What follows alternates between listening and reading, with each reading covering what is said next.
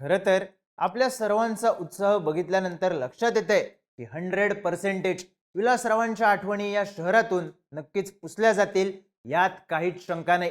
भाजपचे प्रदेशाध्यक्ष रवींद्र चव्हाण यांनी लातूरमध्ये झालेल्या प्रचार सभेत केलेलं वक्तव्य, रवींद्र चव्हाण यांचं हे वक्तव्य समोर आलं आणि त्यांच्यावर प्रचंड टीका झाली. काँग्रेसच्या नेत्यांनी, विलासराव देशमुख यांच्या कुटुंबियांनी संताप व्यक्त केला. आता प्रचारात, सभांच्या वेळी वक्तव्य होत असतात, आरोप प्रत्यारोप होत असतात, पण चव्हाणांचं हे वक्तव्य साधं नव्हतं. त्यांनी हे वक्तव्य लातूरमध्ये केलं, विलासरावांच्या लातूरमध्ये केलं.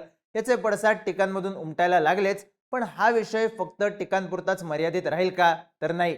यातून मोठी शक्यता तयार होते, ती भाजपच्या हातून लातूर निसटण्याची. भाजपने लातूरमध्ये कशी फिल्डिंग लावली आहे आणि एका वाक्यामुळे लातूर का जाऊ शकतं, पाहूयात या व्हिडिओमधून. नमस्कार, मी चिन्मय आणि तुम्ही पाहताय बोलबिडू. लातूर हा देशमुख कुटुंबियांचा बालेकिल्ला, विलासराव देशमुखांनी बांधलेला जिल्हा. लातूर शहर आणि लातूर ग्रामीण विधानसभा मतदारसंघ अशी पुनर्रचना होण्याच्या आधी एकसंध लातूर मतदारसंघाचं प्रतिनिधित्व विलासरावांनी अनेक वर्ष केलं. विलासराव राज्याचे मुख्यमंत्री झाले, पण त्यांची लातूरशी असलेली नाळ तुटली नाही. अर्थात लातूरमध्ये त्यांचा भाजपशी राजकीय संघर्ष होता, पण भाजपमध्ये असलेला कट्टर विरोधक सुद्धा विलासरावांचा चाहता होता. विलासरावांच्या निधनानंतर त्यांच्या दोन्ही मुलांकडे लातूरची जबाबदारी आली. त्यातही अमित देशमुख हे फक्त लातूरचेच नाही तर मराठवाड्यातल्या काँग्रेसचेच नेते बनले. पण भाजप सुद्धा आपली पाळंमुळं घट्ट करायचा प्रयत्न करत होती. संभाजी पाटील निलंगेकर यांना भाजपकडून ताकद देण्यात आली. शिवराज पाटील चाकूरकर यांच्या सुनबाई अर्चना पाटील चाकूरकर या भाजपमध्ये गेल्या. सलग 2 टर्म लातूरमधून भाजपचे खासदार निवडून आले. 2024च्या लोकसभेला अमित देशमुखांच्या नेतृत्वात बाजी पलटली, पण विधानसभेला भाजपने प्रचंड जोर लावला. लातूरमध्ये हिंदुत्वाचा मुद्दा चर्चेत आणला, प्रचारात सगळी यंत्रणा ऍक्टिव्ह केली आणि लातूर ग्रामीणमध्ये धीरज देशमुख यांचा पराभव झाला. लातूर शहरमध्ये अमित देशमुख यांना अर्चना पाटील चाकूरकर यांच्या विरोधात शेवटच्या फेरीपर्यंत झगडावं लागलं. त्यांचा फक्त 7,000 मतांनी विजय झाला. भाजपसाठी हा रिझल्ट फायद्याचा होता. विलासराव देशमुख यांच्या बालेकिल्ल्यात भाजपची ताकद वाढल्याचा मेसेज देणारा हा रिझल्ट होता. त्यानंतर नगरपालिकांच्या निवडणुकीत लातूर जिल्ह्यातल्या 5 नगरपालिकांपैकी 3 नगरपालिका भाजपने आणि 2 नगरपालिका अजित पवारांच्या राष्ट्रवादीने जिंकल्या. अमित देशमुखांनी निलंग्यामध्ये ताकद लावली खरी, पण तिथेही भाजप वरचढ ठरली. जिल्ह्यात काँग्रेस अडचणीत आल्याची चर्चा झाली.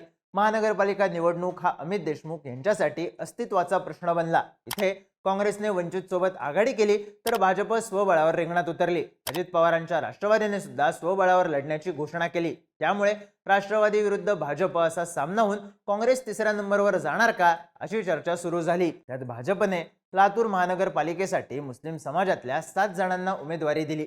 जिथे मुस्लिम समाजाची लोकसंख्या जास्त आहे तिथून भाजपने मुस्लिम उमेदवार रिंगणात उतरवले. आता या भागात एमआयएमचा सुद्धा चांगला होल्ड असल्यानं आणि मुस्लिम उमेदवारांचा इम्पॅक्ट सगळ्या शहरातच पडणार असल्यानं भाजपची ही चाल कोंडी करणारी ठरणार, अशा चर्चा झाल्या. आधीच जिल्ह्यात एका आमदारापुरतं राहिलेलं काँग्रेसचं बळ, भाजपने प्रत्येक पॉकेटमध्ये निर्माण केलेली आपली ताकद आणि अंतर्गत संघर्ष असला तरी भाजपने संभाजी पाटील निलंगेकर, अर्चना पाटील चाकूरकर यांच्या माध्यमातून लावलेली ताकद, रवींद्र चव्हाण यांची सभा, हे सगळं बघून भाजपची फिल्डिंग किती मजबूत आहे याचा अंदाज येत होताच. त्यामुळे भाजपची फिल्डिंग मोडून काढणं हे काँग्रेस समोरचं मोठं आव्हान होतं. कारण भाजपने ट्रिपल इंजिन सरकारचा मुद्दा लावून धरलेला, हिंदुत्वाची लाईन मोठी करायला सुरुवात केली होती. भाजपने थेट अजित पवारांच्या राष्ट्रवादीला मुख्य विरोधक म्हणून पुढे आणायला सुरुवात केली. चक्रव्यूहात अडकलेल्या काँग्रेसला गरज होती रिवायवलची.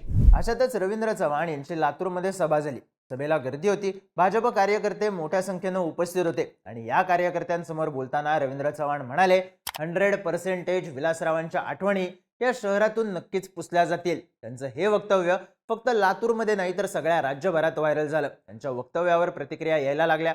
चव्हाणांनी दिलगिरी व्यक्त करताना, मी विलासरावांवर जरा सुद्धा कोणत्याही गोष्टीमध्ये टीका टिप्पणी केलेली नाही. लातूरमधली काँग्रेस ही आजही विलासरावांना घेऊनच, विलासरावांना फोकस करूनच मतदान मागत आहे. म्हणून मोदींच्या नेतृत्वात झालेलं काम, महायुतीचं काम, या सगळ्या गोष्टी झाल्यात. त्या संदर्भात मी तसं म्हणलं असं म्हणत सारवासारव करायचा प्रयत्न केला, पण तो अपयशी ठरल्याची चर्चा झाली. आता ही सारवासारव अपयशी ठरल्याची चर्चा का झाली? चव्हाणांच्या एका वक्तव्यामुळे लातूर का निसटू शकतं? तर याचं एकमेव आणि सगळ्यात महत्त्वाचं कारण म्हणजे लातूरशी असलेला विलासराव देशमुखांचा कनेक्ट. बाबळगावच्या ग्रामपंचायतीपासून विलासराव देशमुखांनी आपली राजकीय कारकीर्द सुरू केली. वयाच्या 29व्या वर्षी विलासराव देशमुख सरपंच झाले. आमदारकीच्या पहिल्याच टर्ममध्ये त्यांना राज्यमंत्री पद मिळालं. राज्यात काँग्रेसच्या सरकारमध्ये मुख्यमंत्री कुणी असलं तरी कॅबिनेटमध्ये विलासरावांची जागा नक्की असायची. पुढे जाऊन विलासराव देशमुख राज्याचे मुख्यमंत्री झाले. एकदा नाही, दोनदा त्यांनी हे पद भूषवलं. पण मुख्यमंत्री पदाच्या खुर्चीवर बसणारा हा माणूस लातूरकरांपासून कधीच लांब गेला नाही. दुष्काळ पाचवीला पोचलेल्या लातूरमध्ये विलासरावांनी सुबत्ता आणली. किल्लारीचा भूकंप झाला तेव्हा ढिगाऱ्यावर उभे राहिलेले विलासराव फक्त गाव उभं करत नव्हते, त्यांनी माणसं उभी केली शून्यातून. आपल्या गावासाठी त्यांनी जागतिक बँकेकडून मदत आणली. त्यांच्या डोळ्यातही अश्रू आले, पण त्यांनी ते लपवले कामाच्या रेट्यापुढे. लातूरमध्ये पाणी नव्हतं, विलासरावांनी मांजरा नदीवरचा प्रकल्प पूर्ण केला. लातूरमध्ये पाणी आणलं. पाण्यावरून आठवलं, 2016 साली लातूरमध्ये भीषण दुष्काळ पडला होता. तेव्हा शेवटचा पर्याय म्हणून लातूरमध्ये रेल्वेने पाणी आणलं गेलं. यावेळी लातूरकरांच्या मनात एकच गोष्ट होती, साहेब असते तर ही वेळ आली नसती. कारण विलासरावांनी आणलेली वेळ ही चांगली होती. आपल्या गावातली पोरं शिकायला बाहेर जातात हे बघून त्यांनी लातूरमध्ये सरकारी मेडिकल कॉलेज आणलं, इंजिनिअरिंग कॉलेज सुरू केलं. कृषी विद्यापीठ आज विलासरावांच्या नावानेच सुरू आहे. शिक्षण संस्थांचं जाळं विलासरावांनीच विणलं. लातूरमध्ये रेल्वे आली त्यांच्या प्रयत्नांमुळे. लातूरमध्ये विमानतळ उभं राहिलं त्यांच्या प्रयत्नांमुळे. लातूरचा सहकार भक्कम झाला, यातही विलासरावांचा वाटा मोठा होता. त्यांनी साखर कारखान्यांचं जाळं तयार केलं, कित्येकांना रोजगार दिले, एक सगळी सिस्टीम उभी केली. लातूरला देशाच्या पर्यायाने जगाच्या नकाशावर आणलं. विलासरावांच्या लातूरचा विकासामधला वाटा कुणीही नाकारत नाही, अगदी विरोधक सुद्धा नाहीत. साहजिकच हा विकासामुळे तयार झालेला कनेक्ट सहजासहजी पुसला जात नाही. राहिला विषय आठवणींचा. लातूरचा माणूस महाराष्ट्राच्या पाठीवर कुठेही जाऊ दे, लातूरचा आहे ही ओळख सांगितली की समोरच्याचा पहिला प्रश्न येतो, विलासरावांच्या गावचा का? लातूर म्हणजे विलासराव देशमुख हे महाराष्ट्राच्या आठवणीत राहिलेलं समीकरण. जो माणूस राज्याचा मुख्यमंत्री होता तो गावात जनता दरबार घ्यायचा, बाबळगावच्या चावडीवर बसून लोकांचे प्रश्न सोडवायचा. त्या माणसाच्या आठवणी कशा पुसल्या जातील? आजकाल नगरसेवक पदाच्या इच्छुक उमेदवाराला फोन करून बघा, उचलायची शक्यता कमी असते. विलासराव मुख्यमंत्री असताना लातूरमधल्या सामान्य माणसाकडेही त्यांचा नंबर असायचा, विलासरावांचा पर्सनल फोन नंबर. विलासराव जाऊन आज 13 वर्ष झाली, तरी त्यांच्या कुटुंबियांनी त्यांचा फोन नंबर बंद केलेला नाही.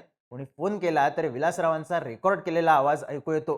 तो आवाज ऐकायला आजही कित्येक लोक त्या नंबरवर फोन करतात, फक्त विलासरावांचा आवाज ऐकायला, त्यांच्यासोबतच्या आठवणी जागवायला. आता विलासरावांच्या आठवणी पुसल्या जातील यात काहीच शंका नाही. या वक्तव्यामुळे काँग्रेस लातूरच्या निवडणुकीत पुन्हा चर्चेत आली. काँग्रेस कुठल्या मुद्द्यावर लढणार, काँग्रेस दोन विरोधकांना कसं अंगावर घेणार, असे अनेक प्रश्न होते. पण चव्हाणांच्या एका वक्तव्यामुळे थेट विलासरावांच्या आठवणी जाग्या झाल्या आहेत. लातूरमध्ये भावनिक लाट तयार झाली आहे, जी अर्थातच भाजपला बॅकफुटला ढकलून काँग्रेसला पुढे आणेल. मागच्या महानगरपालिका निवडणुकीत भाजपला 36 आणि काँग्रेसला 33 जागा मिळाल्या होत्या. भाजप सर्वात मोठा पक्ष होता, त्यात यावेळी काँग्रेस तिसऱ्या क्रमांकावर जायची चर्चा होती. पण मुस्लिम मतांपासून सगळ्याच वयोगटांमधली मतं काँग्रेसकडे शिफ्ट होण्याची संधी आता तयार झाली. निवडणुकीचा सगळा प्रचार हा विलासराव देशमुख या चेहऱ्यावर, त्यांच्या योगदानावर शिफ्ट झालाय. आणि तो शिफ्ट करण्याचं काम काँग्रेसने नाही, भाजपच्या प्रदेशाध्यक्षांनीच केलंय.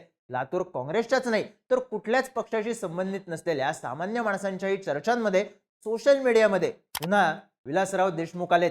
त्यांनी केलेल्या कामांसकट, त्यांच्या आठवणींसकट. साहजिकच हिंदुत्व, ट्रिपल इंजिनचा नरेटिव्ह आणि अमित देशमुखांनाच कॉर्नर करत भाजपने आखलेली रणनीती विलासराव देशमुख या एका फॅक्टरवर बॅकफुटला जाऊ शकते.